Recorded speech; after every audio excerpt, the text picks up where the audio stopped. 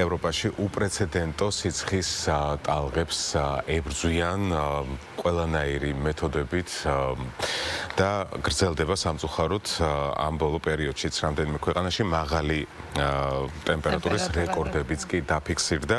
ივნისის ბოლო კვირაში დაფიქსირებული ტემპერატურა უკვე ისტორიულ მაჩვენებელზე და ისტორიულ მაქსიმუმს აღწევს. სამწუხაროდ მაღალი ტემპერატურის გამო გარკვეული რაოდენობის ლეტალური შემთხვევებიც ფიქსირდება ევროპაში. მსოფლიო მეტეოროლოგიური ორგანიზაციის განცხადებით, სიცხის ტალღები არა მხოლოდ ადამიანს უქმნის ძალიან დიდ დისკომფორტს, ასევე ძალიან დიდ ზეგავლენას ახდენს ეკოსისტემებზეც. სწორედ ამ თემებზე გვესაუბრება დღეს გარემოს ეროვნული სააგენტოს მეტეოროლოგი თამარ პაპაშვილი, რომელიც ჩვენი გადაცემის სტუმარია. დილამშვიდობის თამარ, როგორც ვახსენეთ, ევროპის ამბავი ნამდვილად რაღაც ძალიან საგანგაშო სიტუაცია არის ტემპერატურის მხრივ. რა მოვლენასთან გვაქვს საქმე, რო გითხრათ? როგორი რაღაცა ისტორიული რეკორდები იხსნება, ხო, წელს სამწუხაროდ ნამდვილად ესია, სამწუხაროდ ეს ისტორიული რეკორდები იხსნება და საუბარია იმაზე, რომ საუბრობთ ზაფხულის პირველ თვეზე, ხო, რომელიც კლიმატურად არც თუ ისეთი ცხელია და თბილია, ვთქვათ, ევროპის უდიდესი ნაწილისთვის, ყოველ შემთხვევაში ცენტრალური და ჩრდილოეთი ნაწილისთვის. რასთან არის დაკავშირებული ხარ, რაც არის დაკავშირებული ამინთან, ყველაფერი დაკავშირებულია ატმოსფეროში მიმდინარე პროცესებთან და სწორედ აი ერთ-ერთი ასეთი პროცესი, ერთ-ერთი ასეთი მოვლენა, მძლავრი ატმოსფერული სისტემა, ესეთი ანტიციკლონი, ვიცით უკვე არსებობს ანტიციკლონები და ციკლონები, მაღალი და დაბალი წნევის არეები და ანტიციკლონთან თუ დაკავშირებულია ძირითადად ნალექო ამინდი, ციკლონთან პირიქით არამდგრადი ამინდი, ნალექი ქარი და ასე შემდეგ. აი რაც შეეხება აი ამ ანტიციკლონს, ზუსტად ეს იყო, ანუ აზორის ანტიციკლონი გაძლიერებასთან გვაქვს საქმე, გვქონდა საქმე ყოველ შემთხვევაში თვის დასაწყისში, თვის ბოლოს, უბრალოდ მე თვის დასაწყისში რეგიონები შეიცვალა, თუმცა გენეტიკურად ეს ისევ იმ აზორიას ანტიციკლონის დამსახურებაა. თქვენი აზრით, აი რას უკავშირდება ეს მასშტაბურია ესეთი ძლიერი სიცხის ტალღები, აი ევროპაში დაუშვათ რასთან ბმაშია ეს? ძალიან რთული საკითხია, დაკავშირებული არის, ნუ პირველ რიგში საუბარი არის კლიმატის ცვლილებაზე, ვიცით ჩვენ, ხო? 10 წელზე მეტი პერიოდია უკვე საუბარია ამაზე, საუბარია ტემპერატურის მატებაზე და აქ ახლა აღსანიშნავია ის, რომ ვთქვათ, სიტყვაზე ჩრდილოეთ ნახევარსფეროში ეს ტემპერატურის მატება უფრო სწრაფი ტემპით მიდის. აი ვთქვათ, იგივე კონკრეტულად ევროპაზე რო ვისაუბროთ, ევროპის ტერიტორიაზე ტემპერატურა უფრო სწრაფად იმატებს, ვიდრე მის მეზობელ, ვთქვათ, სიტყვაზე აფრიკის კონტინენტზე. იქ დაახლოებით იგივე, კი მაღალია, მაგრამ დიდად არ შეცვლილა. შესაბამისად, აი ეს გრადიენტი აფრიკას და თქვათ იგივე ევროპის ჩრდილოეთ ნაწილებს ან არქტიკას შორის შემცირდა. შესაბამისად, თუ მცირეა გრადიენტი, აქ უფრო ნაკლებად არის მოსალოდნელი რაღაცა არამდგრადი ამინდის ჩამოყალიბება და ზუსტად აი ესეთ დროს, ასე ვთქვათ, პოულობს ძალას აი ისედაც აი აზორის ანტიციკლონი, შესაბამისად, მისი განვითარება ხდება უკვე მთლიანად მთელ ტერიტორიაზე და ესეთი გუმბათის სახეს იღებს. ეს არის დაკავშირებული ანტიციკლონში მიმდინარე ფიზიკურ პროცესებთან, როდესაც ესეთი ჰაერის მასები გროვდება ჯერ ზევით, ისედაც მაღალი წნევის არეში, შემდეგ ქვევით ეშვება, ქვევით იკუმშება, იმიტომ რომ უფრო მაღალი წნევა ხვდება ქვევით და შესაბამისად ენერგიას გამოყოფს უფრო მეტს, ცხელა აშრობს, ასე ვთქვათ, ღრუბლებში არსებულ ტენს, შესაბამისად გვაქვს უღრუბლო ამინდი, უფრო მეტად ცხელდება ზედაპირი და ეს არის ციკლი, ეს პროცესი. თამარ, როგორ ფიქრობთ და როგორია სინოპტიკოსების ვარაუდი? ეს გლობალური დათბობა უკვე ხელშესახები გახდა? კი, დიახ, გლობალური დათბობა, როდესაც შეიძლება ვთქვათ უკვე იმაზე, რომ დიახ, კლიმატის ცვლილების ეპოქაში ვცხოვრობთ ჩვენ. ანუ ცვლილების ეპოქაში კლიმატი რა არის, ხო? ეს არის რაღაცა ამინდის დამახასიათებელი ტიპი, რაღაცა გარკვეული ტერიტორიისთვის, რომელიც ყალიბდება ძალიან ბევრი წლის მანძილზე და აი უკვე ნელ-ნელა უკვე ვხვდებით იმას, რომ ეს ჩვენთვის დამახასიათებელი ამინდის პირობები იცვლება.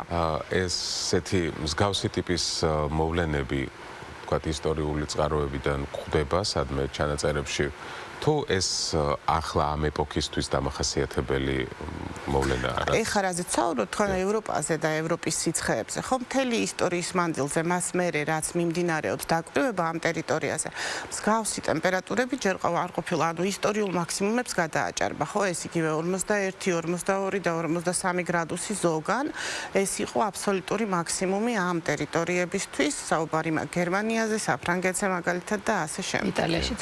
როგორ ფიქრობთ, ესე ვთქვათ, ცხელი ტალღები საქართველოშიც მოაღწევს, თუ რას უნდა ველოდოთ, როგორია? დიახ, ძალიან რთულია, მართლა რთული გახდა პროგნოზირება ამ ბოლო დროს, თუმცა თუ ვენდობით იმ მგრძელვადიან ამინდის მოდელებს, შეგვიძლია ვთქვათ, რომ მოაღწევს, მაგრამ არც ისეთი მძლავრი ხასიათი არ ექნება მას. საქართველოსთვის ზოგადად კავკასიაშიც მაინც შედარებით უფრო ნორმასთან ახლოს და 1 ანუ 2 გრადუსით მაღალი შესაძლოა იყოს ტემპერატურა, ისიც აგვისტოში და ესეც დაზუსტდება, რა თქმა უნდა, დროთა განმავლობაში, რაც შეეხება ივლისს და ეხლა უახლოეს მომავალს, პირველი 1 კვირის მანძილზე არაფერს არ უნდა გვეშინოდეს, პირიქით გვაქვს არამდგრადი ამინდი, წვიმები კახეთშიც, თბილისშიც უხელხო როგორი წვიმა იყო, შედარებით უფრო დაბალი ტემპერატურები და რაც შეეხება ივლისის ბოლოს, აი აქ უკვე უნდა ველოდოთ შედარებით უფრო მაღალ ტემპერატურებს. ამ პერიოდთან შედარებით უფრო მაღალ ტემპერატურებს. ისე როგორი არის სტატისტიკა, მაგალითად თქვენ ისაუბრეთ ევროპის კონტინენტზე, უკვე თქვათ იმატა ზოგადად ტემპერატურა მაჩვენებელმა. საქართველოში როგორი დიახ, საქართველოშიც ტენდენცია არის ასეთი, იმატა, მომატებულია ტემპერატურა და რომ თუ გაინტერესებთ დაუშვათ იგივე თბური ტალღების, აი სიცხის ტალღების ამბავში, აქაც ორი მიმართულებით შეიძლება ვისაუბროთ, ანუ გახშირდა და გახანგრძლივდა. ანუ აი ეს თბური ტალღები, ანუ ისეთი დღეები, როდესაც ტემპერატურა ნორმაზე მაღალია საქართველოში და ეს არის თბილი პერიოდი მაისიდან სექტემბრამდე, ხო? აი ამ პერიოდში აი ასეთი თბური ტალღების რაოდენობაც გაზრდილია და გახანგრძლივებულია კიდევაც. ხშირად გვესმის, რომ ჩვენ კავკასიონი გვიცავს, ხო? კი ბატონო. ეს მითია თუ რეალობა? არა, ნამდვილად ეს რეალობა. ნებისმიერი რეგიონისთვის მე ამინდის მიმართულებით, ნუ შესაძლოა ეს რაღაცაზე გავლენას ახდენს, მაგრამ არა ისეც, როგორც შეიძლება, როგორც გვაქვს წარმოდგენა. და როგორია პროფესიონალების აზრი? 5000 მეტრზე მეტია სიმაღლე კავკასიონის და თუ ჩვენ საუბრობთ იმ ჰაერის იმ პროცესებზე, რომლებიც ვითარდება ატმოსფეროში და ვთქვათ ამინდის კუთხით, ხშირად უფრო დაბლა ხდება ეს 3500-4000 მეტრზე მაგალითად. დიდი აი ეს სიცივე, რომელიც მოდის ჩრდილოეთიდან, პირდაპირ სიტყვის այս მარტივად შეგვიძლია ვთქვათ, ეჯახება ამ კავკასიონს, ანუ კავკასიონი უშლის აი ამ ცივი ჰაერის მასების შემდგომ გავრცელებას, ხო, შემოსვლას საქართველოში. ხშირად არის შემთხვევები, როდესაც მაინც პოულობენ ეს ცივი ჰაერის მასები გზებს, მაგალითად შავი ზღვის მხრიდან, აი ვთქვათ, ანუ კავკასიონის ჩრდილო-აღმოსავლეთის მხრიდან, ორივე მხრიდან შემოდიან, შესაბამისად აი ამ დროს ყველაზე უფრო არასასიამოვნო ამინდის პირობები იქნება საქართველოში, თუმცა რა თქმა უნდა გვიცავს. დიახ. აი რა საჩვენებს დაკვირვებები, აი ბოლო წლების მანძილზე როგორ იცვლება საქართველოში აი ეს ცხელი ტალღების სიხშირე, ინტენსივობა და რა ტენდენციებია ეს, რა ტენდენციებზე საუბრობენ სპეციალისტები დავუშვათ? დიახ, ტენდენცია არის, როგორც უკვე ვთქვით, იმ გახშირებულია და გახანგრძლივებულია ეს თბილი ტალღები და ნუ თუ საუბრობთ ჩვენ კლიმატის ცვლილებაზე და კლიმატის ცვლილების ერთ-ერთი კომპონენტი ეს არის ჰაერის ტემპერატურის მატება ჩრდილოეთ ნახევარსფეროში, ჩვენ ჩრდილოეთ ნახევარსფეროში მდებარეობს, შესაბამისად ტენდენცია ასეც აქაც ესეა, ანუ მატებისკენ. რაც შეეხება ეკოსისტემებს. როგორ და რანაირად მოქმედებს ეს თქმა უნდა ფლორაზეც და ფაუნაზეც თბური ტალღები. ხო, რა თქმა უნდა ძალიან მარტივად რომ ვისაუბროთ ახლა ესეთი თბური ტალღები რა არის უკვე ვთქვით ხო ეს არის ნორმაზე უფრო მაღალი ტემპერატურები ანუ ამ რეგიონისთვის ასეთი მაღალი ტემპერატურები დიდად დამახასიათებელი არ არის შესაბამისად ეს მოქმედებს აბსოლუტურად ყველაფერზე თვითონ ზოგადად ანტიციკლონის შემთხვევაში ნაკლებად სახარბიელო მდგომარეობაა როგორც ჰაერის კუთხით თქვა სიტყვაზე უფრო მეტად დაბინძურებული ხდება ჰაერი ამ შემთხვევაში ხდება ნიადაგის გამოშრობა რაც რა თქმა უნდა მოქმედებს იმ ნივთიერებებზე და იმ ცოცხალ ორგანიზმებზე რომლებიც იქ ბინადრობენ ასე ვთქვათ და არა მარტო ეს იცვლება ეკოსისტემები რაღაც ესეთი ლოკალურად ასე ვთქვათ ხო და ნუ თუ საუბრობთ უკვე ისეთ ანტიციკლონზე და ისეთ პირობებზე რაც შეიქმნა ევროპაზე ეხლა ეს უფრო მეტად რა თქმა უნდა აი ყველაზე დიდი რისკის ქვეშ რომელი დაუშვათ სეგმენტი ხვდება აი ვინ არიან ბავშვები უფრო